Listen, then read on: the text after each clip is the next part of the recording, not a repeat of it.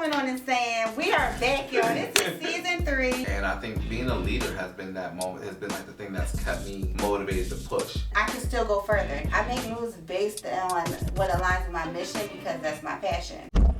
Thank you for joining us for another amazing episode of Season 3 Executive Insights, where we bring you all the best information that you can get from 2 executives all at the same time. Today's topic, we're talking about building from the ground up, turning an idea into a structured business. I'm your host, Javice Nelson, the founder or the CEO of VaceTime, as well as the founder of VaceTime Foundation, alongside my amazing co-host. Hey y'all, I am Marie Rose, CEO of Rosebud Studios, founder and president of Rose Petals to Success. All right, Marie, let's jump right into it. First question is, when you first had an idea, what were the first 3 steps you took to turn it into something real, and how did you decide what mattered most? That's a good one. Because when you think about it, all right, so I thought of an idea, which then I had to think of how I'm going to fund this idea.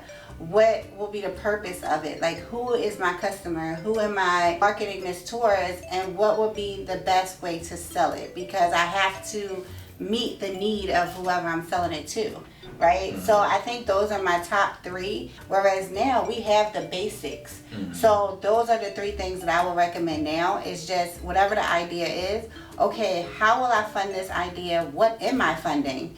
What is the need that I'm meeting, and what is driving me to meet this need? Like, what is the passion? Who is the customer? Because without those things, you don't know what you're selling, who you're selling, how to sell it. No matter what you think the function is, you need to make sure that it's meeting the customer to make the money. I'll take it to the beginning of it, like when I first started my first business. 3 things that I knew I needed. I don't know if these are the right order. I needed a website. Mm-hmm. So I created my website first. I wanted my website so people could have a landing when I did my business planning and stuff like that. I knew the banks were going to ask for it. I put my business plan together, took care of my financing, who I'm serving, what was my why, all that stuff. I put it into the plan so that I went to the bank and I could seek funding, or when I was ready to start my business, they at least knew I was serious. And I had a website already ready to go.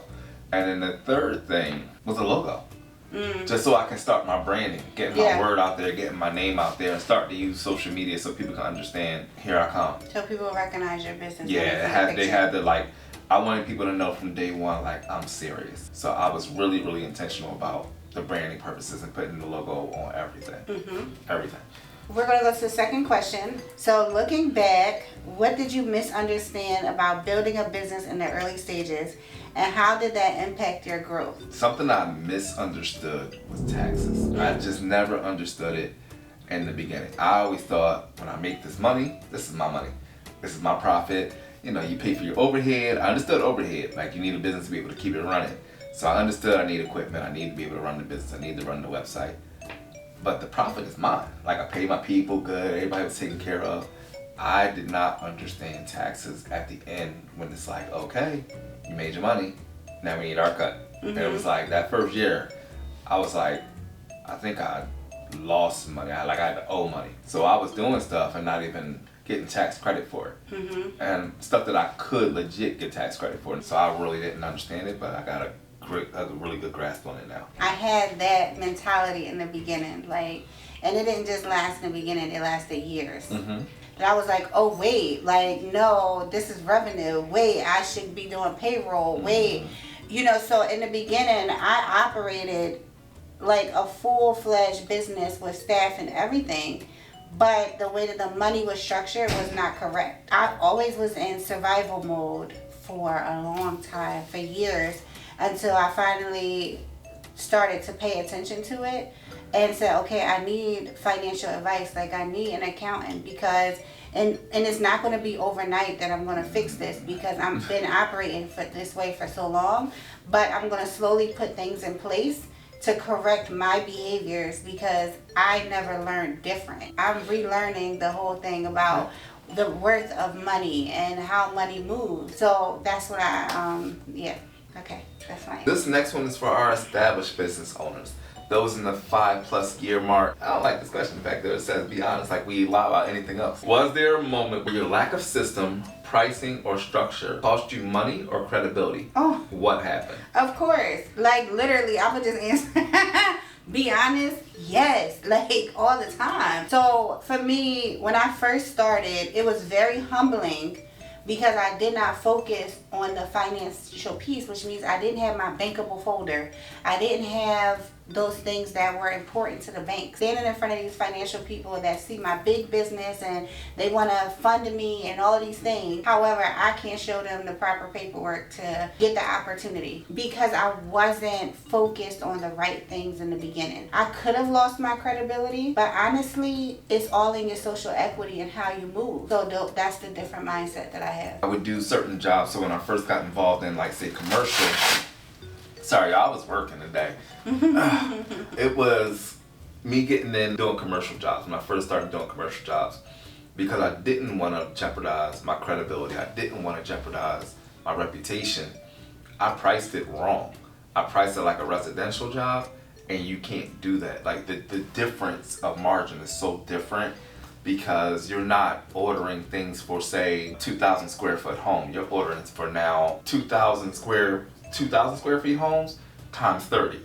So one mix-up being off one, let's say 10 square feet, times that by 30 is a big difference in your margin. When you end up buying the material, if you make that small mistake on a margin product, you can go back and ask for more money, like, oh, I messed up. By the way, can I have extra money to fix this problem?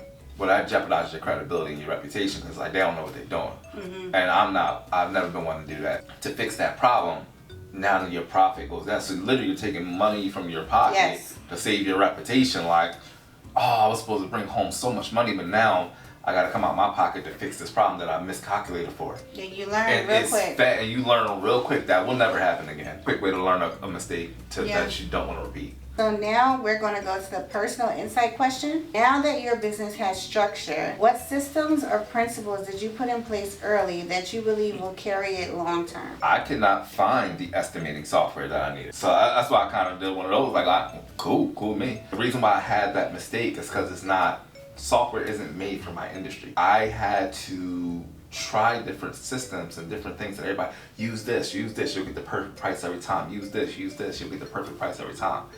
And it didn't work for me. So I actually created my own estimating and pricing tool for myself and my industry, and it works across every industry. That's really dope. So I'm actually in the process of, you heard it here first, I've really been strongly considered licensing it and selling it out because I wasn't sure if it worked as good with every industry, but it does. That's the way you can plug the numbers in, and it actually has, what's your goal for your profit margins? What's your goal for your profit margins if you plan to increase over a year 2%, 3%, 5%? And then it creates a goal and a number, and that lets me know how much my profit margins need to be for each job for me to make a profit as well as for me to grow for the year. So I really feel like it's my systems that I don't give enough credit to.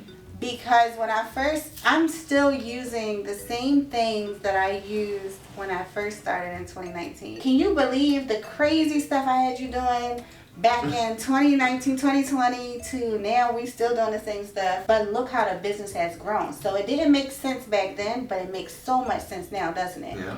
Because so many people are focused now on AI and automating a lot of things. But when you go back to the original way of, so many people go back to the original marketing, the original way of communicating, it changes the game because people don't focus on that no more. They want everything fast. That, I think my systems that I have in place, that I've had in place since 2019, my original, before I had the money to pay for anything else. I've had these new subscriptions and stuff. They don't do as good as my original stuff that I put in place. And that's personal conversations. Okay, so please remember that everything stated may be related to your business. However, we want to make sure that the information applies directly to you.